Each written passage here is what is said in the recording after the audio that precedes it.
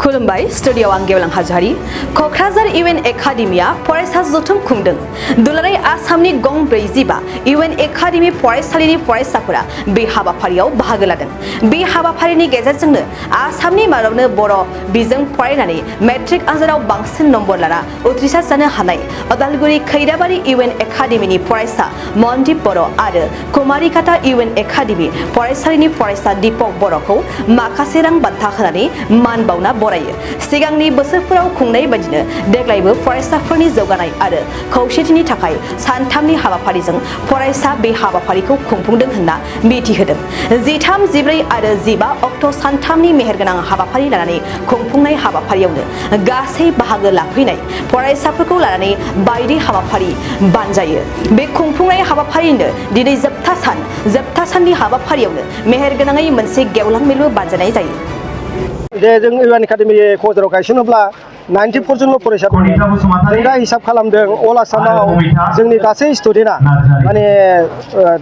50टा इउएन एकाडेमिखौ लानानै जे 20,000नि बारबाय जों दाखालि काउन्ट खालामदों दा जोंनि गासै फोरोंगिरिनि अनजिमाया 15,000नि बारा जाहैबाय आरो बिनिफ्राय जों नुदों जोंनि जे कर्मि कर्ताफोरखौ लानानै जों 2,000सो जोंनि हाबा मावगिरिफ्रा बहाय मावबाय दं आरो जोङो जे स्टुडेन्टफोरजों दा 20,000नि बारा फरायसाफोर दङ बिथांमोननि गार्जेनफोरनि जे इनभल्भमेन्टखौ जों नायोबा नुगोन जे बे जोंनि इउएन एकाडेमिनिल' जाफुंसारनाय नङा दुलाराय बर' माहारिनि बर' मिडियामनि फारसेथि जोंनि गथ' माने समाजनि जे माने जोंनि मिजिं बायदि आसा बायदि जौगाखांनाय बे गोबां माने नुजाबोबाय थादों आरोखि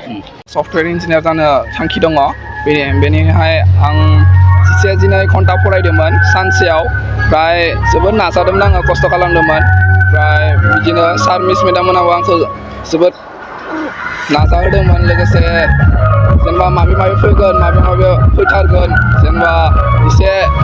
एक्सपिरियेन्सफोरखौ खोन्थायोमोन मादिया फैनो हागौ बेफोरखौ सार मिस मेडाममोना आंखौ खोन्थायोमोन आरो बेयाव फोथायनाय बहुद दङ मानोना नाजायोब्ला गासैखौबो हाखायो जेबो हायो एसेबो गैया नाजायोब्लानो सासे गोरिब गुन्द्रानि न'खरनि फरायसायाबो सासे इयुनाव IASबो जानो हागौ IPSबो जानो हागौ बेनिखायनो आं फोथायो फैगौ बोसोराव होनो गोनां मेट्रिक आनजादाव जाहाथे बिसोरो मोजां आंनिफ्राय बांसिन मोजां रिजाल्ट खालामनो हायो लोगोसे आसामाव टप रेंकआव थांनो हायो टप 1 मासियाव आवग्रिनो हायो जाहाथे बर' हारिखौ जौगाहोनो हायो थारैनो नैबे मेलाव बाहागो लाफैनो मोननानै जोबोद गोजोननाय मोन्दों बेवहाय गुबुन इउएन एकाडेमिनिफ्राय बेवहाय बे मेलाव बाहागो लाफैदों लोगो मोननानै जोबोद गोजोननाय मोन्दों आङो फरायनायाथ' माने गावनो हारसिंनो टाइम टेबोल दिहुननानै फरायोमोन आरो रावनिबो थिननायाव आङो माने फरायामोन गाव हारसिंनो टाइमखौ दिहुननानै फरायोमोन आङो इयुनाव सासे मोजां इन्जिनियार जानो सानदों आङो सानसेयाव 15 आवार्स फरायोमोन आरो आङो फैबाय थानाय जा लाइमोन बिथांमोननिसिम आंनिफ्राय गुरै खावलायहरनाय जे खस्थ' खालामब्ला मोजां इयुनाव मोजां फिथाइ मोननो हायो बेखौनो आंनिफ्राय गुरै खावलायहरनाय नोंथाङा देहानि सानाय सुनाय बेरामनि जेंनायाव गोग्लैदों नामा गावनि देहानि सानाय सुनाय बेरामखौ लानानै दुखुआव दं नामा मोनसे गोजोनथाव खौरां नोंथांनि देहायाव बायदि रोखोमनि सानाय सुनाय दंब्ला नोंथाङा जिंगा दासि